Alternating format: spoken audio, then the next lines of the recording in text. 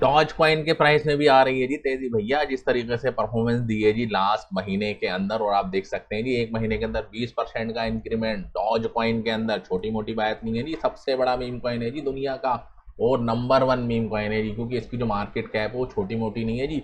अभी भी आप देख सकते हैं $17 बिलियन की मार्केट कैप है। इतना इतना पैसा है कि शाहरुख खान की अगर अभी टोटल अगर मार्केट की जो नेटवर्थ जिसको हम कहते हैं वो 1 बिलियन है, और इसकी अकेले की आप देख सकते हैं डॉज कॉइन की 17 बिलियन। तो भैया 17 शाहरुख खान खड़े हो जाएंगे तब जाके आप देख सकते हैं, जब जाके डॉज कॉइन की जो पॉपुलैरिटी है उसका मुकाबला कर पाएंगे। अभी तो स्टार्टिंग है।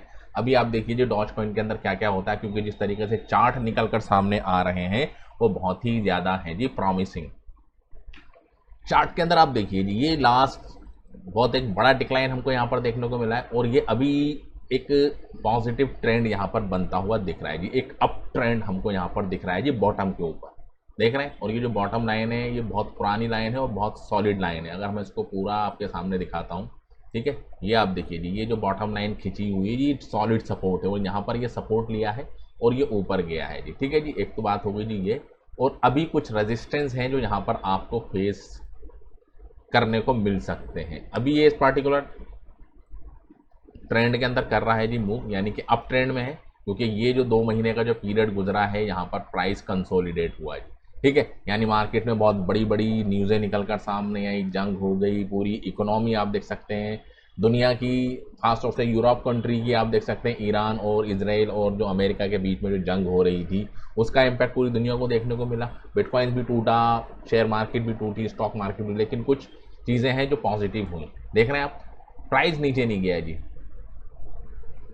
और अभी रिसेंटली यहाँ पर एक ब्रेकआउट भी देखने को मिला है जी। एक ब्रेकआउट तो ये आपको देखने को मिला है जी 50 दिन की मूविंग एवरेज का ब्रेकआउट यहाँ पर, अच्छा पॉजिटिव ब्रेकआउट। यानी अगर मैं यहाँ से आपको दिखा दूँ तो तकरीबन देख रहे हैं आप 26% का इंक्रीमेंट आ गया है जी बॉटम से डॉज कॉइन के प्राइस के अंदर।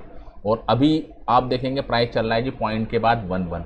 तो जिन लोगों को मौका मिला था, ठीक है, यहाँ पर आप देख सकते हैं प्राइस 70 की सीरीज तक गया था जी, पॉइंट के बाद 0, देख रहे हैं आप, पॉइंट के बाद 0 और 80 की सीरीज तक गया था। और आप सोच सकते हैं जी कितना बड़ा इंक्रीमेंट, यानी कि 30% का इंक्रीमेंट अपने इन्वेस्टर्स को दे चुका है, जिन बंदों ने स्टार्टिंग के अंदर यानी कि जनवरी के अंदर यानी कि फरवरी के स्टार्टिंग के अंदर इसको बाई कर लिया था, क्योंकि बहुत ज़्यादा नीचे लेवल के ऊपर था। अब ये समझना कि गिरता ही रहेगा गिरता ही रहेगा, क्योंकि गिरने का अगर आप फेज देखेंगे डॉज कॉइन का तो ऑलरेडी बहुत ज़्यादा नीचे गिर चुका है जी। यहाँ से देख रहे हैं ना आप, कि यहाँ से भी अगर मैं आपको दिखाऊँ तो ऑलरेडी कितना बड़ा डाउनफॉल है। अभी भी अगर करंट रेट के ऊपर दिखाऊँ तो 63% का डाउनफॉल हो चुका है जी।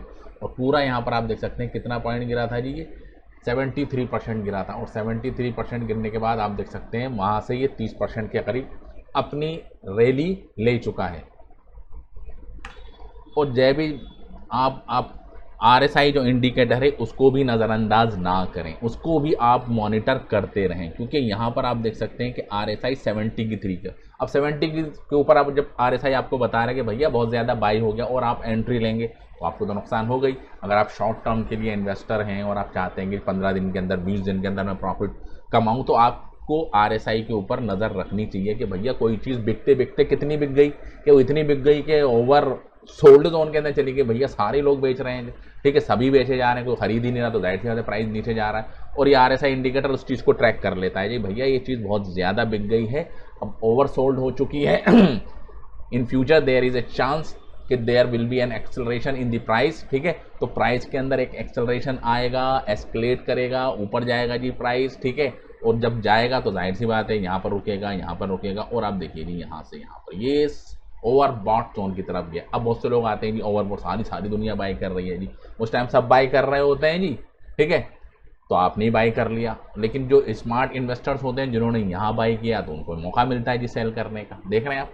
तो सब चीज़ें अभी चलती हैं, लेकिन ओवरऑल अगर सिनेरियो देखेंगे तो अभी पॉजिटिव है, ब्रेकआउट हुआ है, ठीक है। तो यहाँ से आपको एक अभी रेजिस्टेंस देखने को मिल सकते हैं जी, ये 2, यानी कि ये पूरा रेजिस्टेंस जोन है नहीं ये वाला, ठीक है, 12 की सीरीज देख रहे हैं, और ये आप देखिए जी 12 और 15 की सीरीज में एक हाई रेजिस्टेंस जोन है। अगर इसको ये क्रॉस कर जाता है जी, 15 की सीरीज को क्रॉस कर जाता है, 15 की सीरीज तक जाएगा प्राइस, ठीक है, लेकिन इसको ब्रेकआउट करके ऊपर चला जाए, इसकी गारंटी कहाँ देखने को मिलेगी।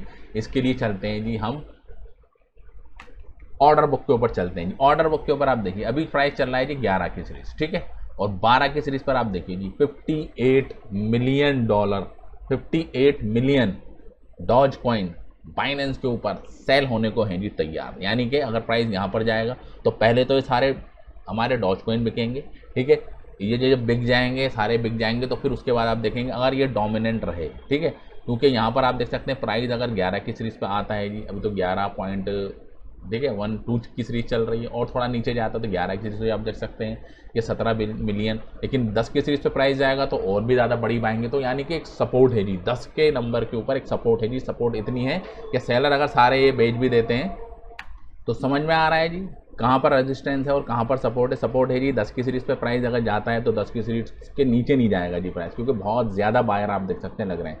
62 मिलियन डॉज कॉइन बाई हो जाएंगे जी, ठीक है, अगर ये सारे सेल भी हो जाते हैं तो इतने ज़्यादा नीचे आप देख सकते हैं बाइंग होंगे, तो यानी कि सपोर्ट है, ठीक है। लेकिन 12 की सीरीज और 13 की सीरीज पर एक रेजिस्टेंस है और 15 की सीरीज तक आपको रेजिस्टेंस देखने को मिलेगा, और उसके बाद आपको एक रैली देखने को मिलेगी जी, ठीक है। लेकिन 15 तक जाने के लिए भी प्राइस अगर 15 तक भी यहाँ पर मूव होता है, देख रहे हैं, अगर करंट प्राइस से भी अगर हम 15 की सीरीज पे जाते हैं, देख रहे हैं ये 15 की सीरीज है जी, ये वाली देख रहे हैं, यहाँ से प्राइस 40% इंक्रीज हो जाएगा अगर 15 की सीरीज पे जाता है, ठीक है जी। तो अपने आप में एक बहुत बड़ा इंक्रीमेंट हो सकता है जी, लेकिन कुछ नहीं कह सकते, ठीक है। लेकिन जो चार्ट बता रहे हैं वो अपनी जगह है, बड़ा कॉइन है जी, वॉल्यूम भी ज़्यादा जनरेट होता है, ट्रेडिंग भी बहुत ज़्यादा होती है और मार्केट कैप भी है जी बड़ा। तो मार्केट को बहाना चाहिए, और क्लैरिटी बिल के ऊपर बात चल रही है और चीज़ें थोड़ी कूल डाउन होती भी हमको यहाँ पर दिख रही हैं जी, ठीक है। तो वॉर के अंदर वो जो इंटेंसिटी बनी हुई थी जी 2 महीने पहले जब स्टार्टिंग हुई थी, वो अब थोड़ी सी कूल डाउन यहाँ पर हमको देखने को मिल रही है, और जिसके ऊपर आप देख सकते हैं कि बिटकॉइन ने 80,000 के लेवल को दोबारा छुआ, ठीक है। तो सारी चीज़ें अभी पूरी तरीके से पॉजिटिव नहीं है, लेकिन एक प्लेटफॉर्म, एक सपोर्ट, ठीक है, एक बुनियाद यहाँ पर रखी जा रही है। फंडामेंटली आप देख सकते हैं चीज़ें खास तौर से बिटकॉइंस को लेकर स्ट्रांग हो रही हैं, यानी कि बिटकॉइंस के आपके ऊपर जाएगा ही नहीं जी, जाएगा, ठीक है, क्योंकि ऑलरेडी 1,26,000 से 60,000 के लेवल पे गया है जी बिटकॉइन का प्राइस, और 60,000 से अभी आप देख सकते हैं 80,000 के ऊपर चला गया है, तो बॉटम बन चुका है जी 60,000 का, ठीक है, ये हमको नहीं भूलना चाहिए। तो thank you very much for this video, जय हिंद।